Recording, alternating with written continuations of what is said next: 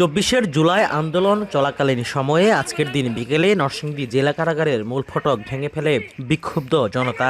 এরপর অগ্নিসংযোগ করে লুট করা হয় ব্যারাকে থাকা 85টি অস্ত্র এবং প্রায় 8000 রাউন্ড গোলাবারুদ। এ সময় কারাগার থেকে বের হয়ে পড়ে 826 কয়েদির সবাই। এরপর কারাগার ভাঙার মামলা নিয়েও চলে নানা নাটকীয়তা। কারাগারে বন্দী থেকেও মামলার আসামি হয় অনেকে। আর লুট হওয়া অস্ত্র এখনো আতঙ্ক ছড়াচ্ছে জেলা জুড়ে।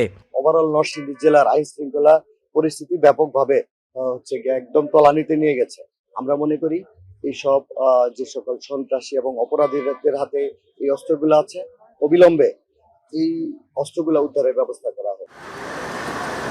72 ঘন্টা ময়েশ্চার লক সমৃদ্ধ লিলি হুইপড শিয়া মিস্টিক গ্লোয়িং বডি ওয়াশ। শিয়া বাটারের গুডনেস স্কিন রিপেয়ার করে রাখে সফট ও গ্লোয়িং, ছড়িয়ে দেয় লং লাস্টিং ফ্রেগন্যান্স।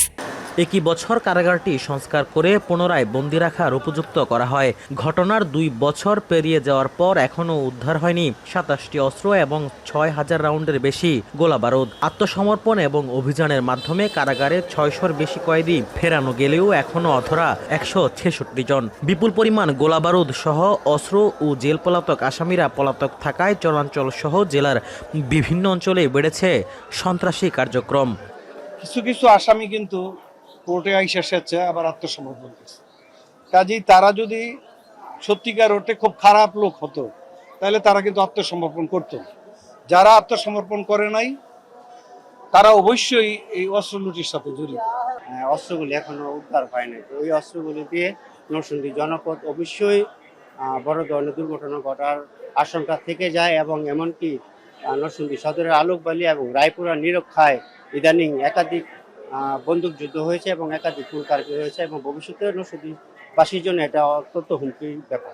চরাঞ্চলের প্রত্যেকটা ঘর একদম প্রত্যেকটা ঘরের লোক আতঙ্কে থাকে যে কোন সময় কার বাড়িতে আক্রমণ করে, এবং তারা সকলে কি করে যে হচ্ছে আপনার মাস্ক পরে মুখোশ পরে তারা অস্ত্র নিয়ে যায় বাড়িতে যায়। পলাতক আসামিদের কারাগারে ফিরিয়ে আনা সহ জেলার আইন শৃঙ্খলার উন্নতির লক্ষ্যে কাজ চলছে বলে দাবি পুলিশের। যদিও উদ্ধার হওয়া সকল অস্ত্র এখনো বুঝে পায়নি কারা কর্তৃপক্ষ।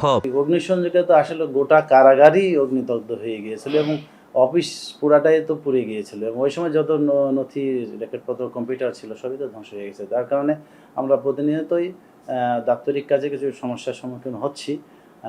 তারপরে আমরা চেষ্টা করছি আমরা এই সমস্যা থেকে ওভারকাম করার জন্য। 85টির মতো অস্ত্র মিসিং হয়, তার মধ্যে আমরা 59টি অস্ত্র উদ্ধার করতে সক্ষম হয়েছি। অবশিষ্ট অস্ত্রগুলো উদ্ধারের জন্য অভিযান তৎপরতা অব্যাহত আছে, নিয়মিত অভিযান পরিচালনা করা হচ্ছে।